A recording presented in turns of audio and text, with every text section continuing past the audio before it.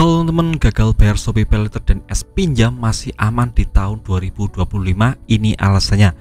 Nah, video ini saya buat khusus buat teman-teman yang sekarang sedang stres frustasi menghadapi penagihan atau karena tidak punya uang untuk bayar sepeser pun di Shopee Paylater dan es pinjam, dan ingin tahu kenapa sih di tahun 2025 ini masih aman untuk GalPay. Jadi saya akan jelaskan secara tuntas dan perinci di video kali ini, jadi mau simak video sampai habis ya teman.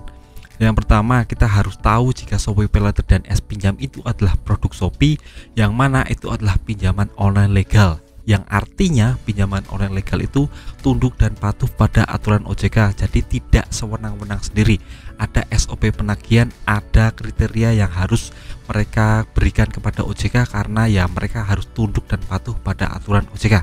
Yang pertama, bunga denda itu sudah ditentukan OJK 0,1 sampai 0,3 flat harian. Jadi untuk bunganya juga masih sangat amat bisa diterima ya teman.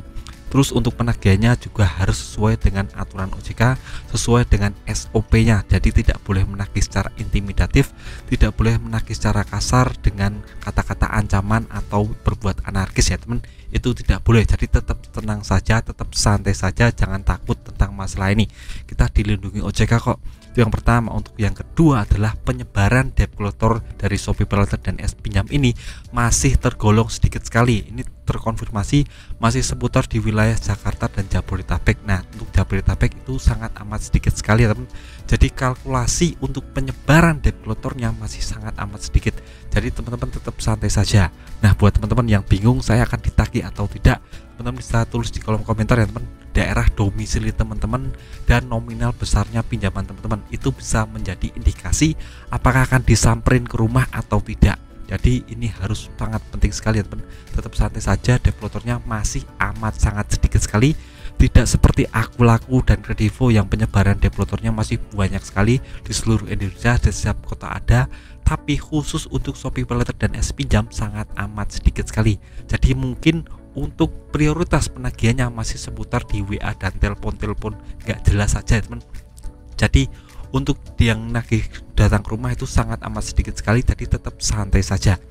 Nah, untuk terakhir adalah tentang resiko terburuk jika kita GalPay di aplikasi Shopee Paylater dan es pinjam itu cuma BI checking saja, tidak hal-hal yang lainnya.